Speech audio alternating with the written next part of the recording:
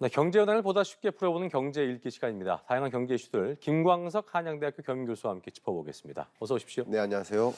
자, 오늘 첫 소식은 좀 소비자가 들으면 화가 날 만한 소식으로 좀 맞아요. 시작을 해보겠습니다. 고물가가 장기화하면서 가격은 그대로 냅두고 또 네. 크기와 중량을 줄이는 이른바 슈링크플레이션에 대한 저희가 우려의 목소리를 전해드린 바 있는데 맞습니다. 이번에는 이게 더 우려할 만한 현상이 등장을 했습니다. 네. 품질이나 서비스를 떨어뜨리는 이 스킨플레이션이라고 하더라고요. 이 네. 스킨플레이션 현상. 실제 이런 사례가 있다는 거죠? 예, 사례가 있습니다.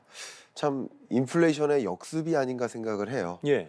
지난주에 말씀드렸듯이 슈링크플레이션, 가격은 그대로 유지하더라도 양을 줄이는 그런 사례들이 굉장히 빈번해지고 있는데 거기에 또 못 미치는 게 바로 품질을 떨어뜨리는 거죠. 대표적인 사례를 말씀드려보면 주스의 과즙이 이제 오르니까 원액 가격이 오르니까 과즙 함량을 줄입니다. 100%를 농도를 줄이는군요. 그렇죠. 예를 들어서 뭐 100%를 뭐 90%로 이런 현상. 뭐 식당 같은 경우는 반찬 가짓수를 줄이는 것들. 이런 게 사례고요. 또 초코바가 있는데요. 코팅이 되어 있어요. 그 코팅이 보통 코코아 버터를 바르는데 좀 싼 파뮤를 바르는 거죠. 예를 들면 또 뭐 우리나라만 있는 게 아니라 영국 슈퍼마켓에서도 올리브 스프레드에서 네. 이 오일 함량을 또 줄인다든가 어쨌든 들어가는 그 품질 자체를 떨어뜨려서라도 좀 마진을 유지하려고 하는 이런 모습들이 좀 나타나고 있습니다. 그렇군요. 지금 말씀하신 것처럼 영국 사례 짚어주셨습니다만 스킨플레이션이 외국에서도 문제가 되고 있다는 건데 네, 사실 기업 입장에서는 이게 뭐 당장에는 이득을 그것 때문에 취할 수 있을지 모르겠습니다만 품질을 떨어뜨린다는 거는 결국 소비자의 불신, 맞아요. 경계심을 키우게 될 것이고 네. 회사 입장에서도 본인들 잘하는 거 경쟁력을 또 떨어뜨릴 수 있기 때문에 결국에는 경제 상황에도 더욱더 안 좋은 영향을 미치는 게 아닌가라는 네. 우리의 목소리가 있더라고요. 그러니까 악순환이 우려됩니다. 그러니까요. 그러니까 말 그대로 인플레이션의 역습인 거죠. 일단 기본적으로 인플레이션 시대에는 물가를 잡기 위해서 금리를 끌어올리는 그러다 보니까 이자 부담이 커져요. 거기에 소득이 제대로 유지되지 않습니다. 소득도 감소해요. 실질 소득은 더 감소해요. 이른바 스티커 샤크까지 있어요. 스티커 샤크는 뭐냐면 물건 사려고 갔는데 물건 그 스티커 가격표를 보고 기대 이상의 가격이구나 하고 놀라서 안 삽니다. 이런 스티커 샷 같은 것들까지 나타나니까 소비 심리가 이렇게 크게 떨어집니다. 예. 현재 소비자 심리 지수가 계속 바닥을 향해 내려가고 있습니다. 근데 이런 것과 더해서 소위 슈링크플레이션, 스킨플레이션, 소위 소비자 입장에서는 우롱하는 거 아니냐.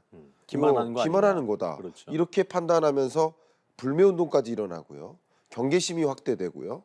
그것은 소비 심리를 더 추가적으로 위축시키는 그런 요인이 될 수 있지 않을까 하는 생각을 갖고 있습니다. 근데 기업 입장에서도 사실 돈은 못 올리겠고 네. 이 물가는 내리지 않는데 이럴 네. 때는 전문가 입장에서는 이때 어떤 게 최적화된 방법이다라고 보통 얘기를 해요. 맞습니다. 이제 기업도 힘드니까 네. 그것에 대한 대응 전략으로서 어쩌면 경영 전략이죠. 예. 그런 전략으로서 이런 것을 펼쳐 나가지만 네. 알게 모르게 한번 그래도 가격 저항은 심하니까 품질을 떨어뜨리거나 용량을 줄이는 건 저항이 좀 떨어질 거야라고 생각하고 움직이는 것인데 그래서 소비자 입장과 이 기업 입장도 다 이해가 갑니다만 네, 네. 결과적으로 이것을 좋은 방향으로 풀어나가기 위해서는 네. 정확히 그런 용량을 줄이는 것을 표시하고 품질을 어떤 부분에서 줄였다라는 것을 표시하고 그리고 소비자로 하여금 공감을 받도록 우리도 이런 여건 때문에 용량을 줄이거나 뭐 품질 부분을 조정했다, 양해를 구한다라는 종류의 공감을 살 수 있도록 하는 움직임이 필요한 것이 아닌가 저는 그런 생각을 합니다. 그러니까 정부 입장에서도 지금 얘기하셨던 슈링크플레이션이나 스킨플레이션에서 이런 꼼수 인상, 네. 그냥 소비자가 모르게 하고 하면 안 되니까 좀 표시할 수 있도록 하는 방안들을 좀 강구하고 있는 것 같은데 네. 효과에 대한 부분도 또 부작용은 어떨지 네. 짚어볼까요? 네. 그러니까 말씀드린 대로 이 꼼수라는 것을 발견하고서는 정말 오히려 더 화가 나고 불매운동이 일어나고 그러면서 오히려 티격태격하는 일들이 더 벌어지고 그렇게 할 수 있어요. 있어요. 예. 그러다 보니까 이런 스킨플레이션 혹은 슈링크플레이션 현상을 더 찾아나갑니다. 그러니까 전방위로 확산되죠. 예. 그러니까 이런 것들이 소비 심리를 더 떨어뜨릴 수 있겠죠.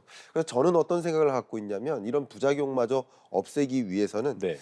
강요라든가 어떤 법적인 조치를 마련하는 것도 필요하겠지만 네, 네. 모두가 공감할 수 있어야 돼요. 그러니까 기업의 역할을 가지고 이제는 이윤극대화가 아니다. 마진을 좀 줄이더라도 그렇습니다. 기업도 사회의 한 부문으로서 사회적 역할을 사회적 책임을 다하는 모습을 요구하는 그런 무브먼트, 운동, 캠페인 이런 것이 필요하지 않을까.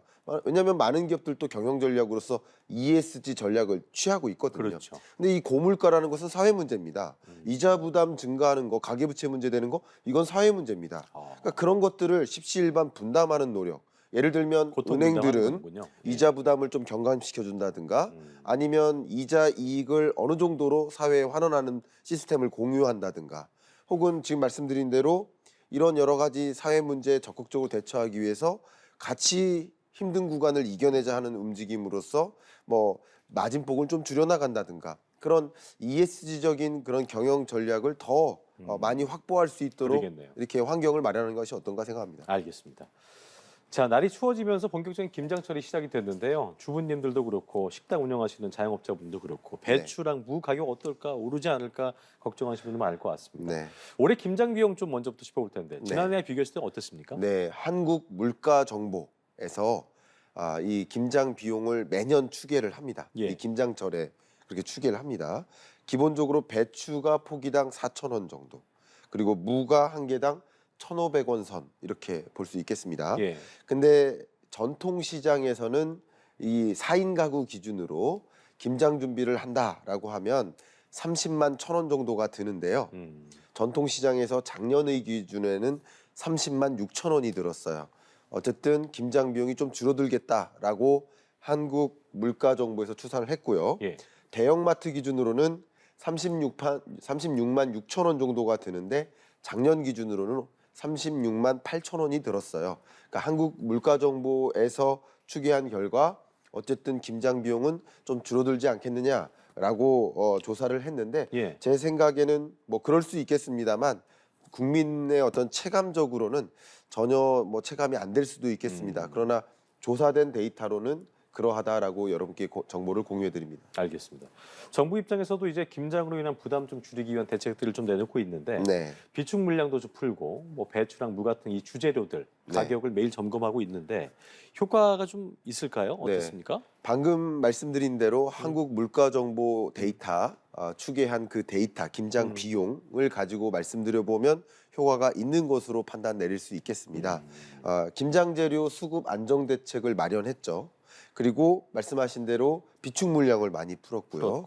대체가 가능한 품목 같은 경우는 수입 대체를 적극적으로 추진을 했고요.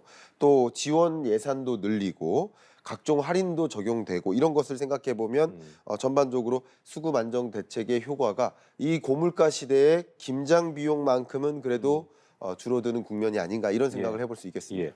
정부가 이제 긴급 대책으로 물가 안정에 힘을 이렇게 쏟고 있습니다만 연말 3% 후반 고물가 이거 지속될 수 있지 않을까 전망이 나온 상황이기 때문에 고금리도 그렇고 국제 유가도 그렇고 원재료비 인상 변수가 좀 이제 산적화인 상황이잖아요.